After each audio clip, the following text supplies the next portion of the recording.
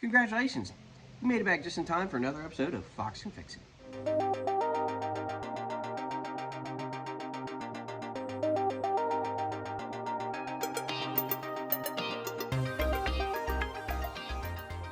You'd think this episode started with me intending to take the gas tank out of this car.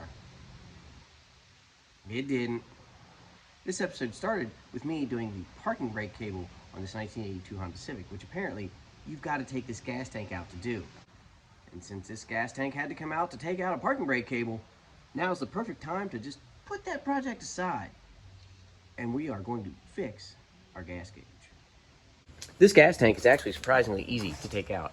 Top of the filler neck right behind the fuel door, there's two nuts that you take off, and then there is a bolt at each corner, 1, 2, 3, 4, and a fuel line, and you can get this thing right out. Then what you do is you take a brass punch and a hammer and you knock out your locking ring for your fuel sending unit. Then you take the fuel sending unit out, you stuff a rag right in the tops, and then you take that fuel sending unit and you go right over to your workbench. My 82 Civic actually sat in a barnyard for about a dozen years.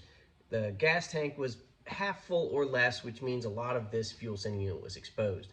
What happens when a lot of it is exposed? You get a lot of rust and a lot of moisture inside the top of that gas tank where there's no fuel. The older style fuel sending units, when you have mechanical pumps, where you have external electric pumps, are just variable resistors.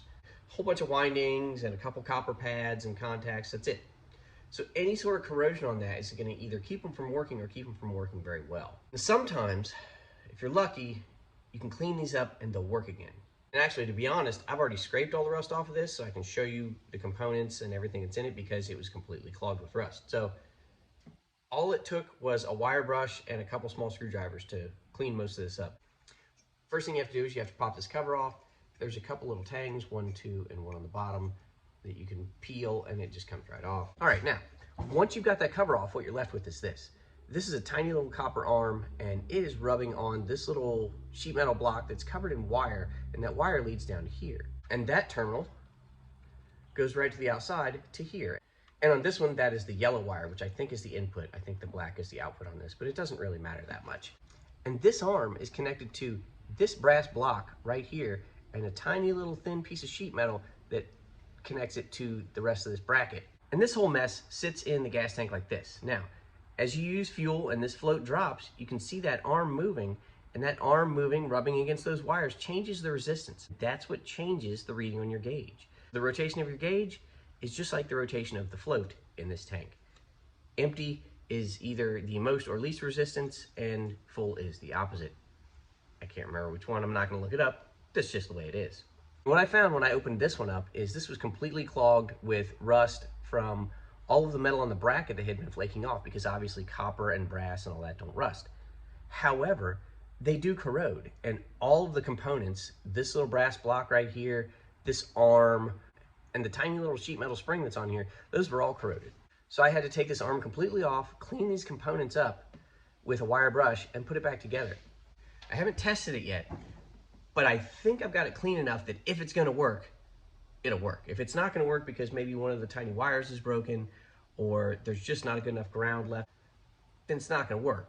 Can I find another one? Yes, but the cheapest I found so far is about $75 plus shipping for this. This is $5 worth of stuff. I don't wanna pay that price. I want this to work. So what we're gonna do is we're gonna go back and we're gonna plug this in, turn the key on, and we're gonna see if when I move this arm, we move that gauge. Here's the two wires we're gonna need. They're located right about at the fuel pump on this car, which is in front of your left rear tire, just in front of your gas tank. Conveniently, Honda did make an external electric fuel pump, which is really nice. If and when they go bad, you don't have to drop the tank.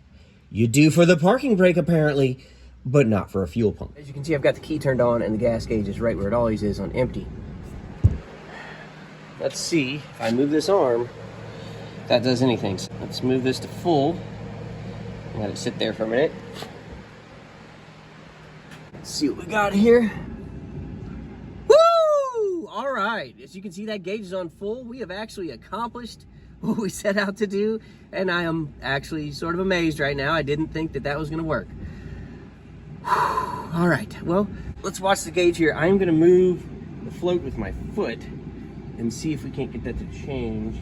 Like maybe half full. I'm trying to hold this in place. Yes, that is about half. That is a huge relief. I did not want to go spend $75. I could probably clean it up more, but I don't think it's necessary. I think as long as we leave it in gas, it'll sort of keep it anti-corroded. Well, I'm not going to clean it anymore. I don't know what I'm trying to say, but it's time to stick this thing back in. My methods are not the finest in the land, so let's just go ahead and clean this out. Make sure you close your eyes when you do this.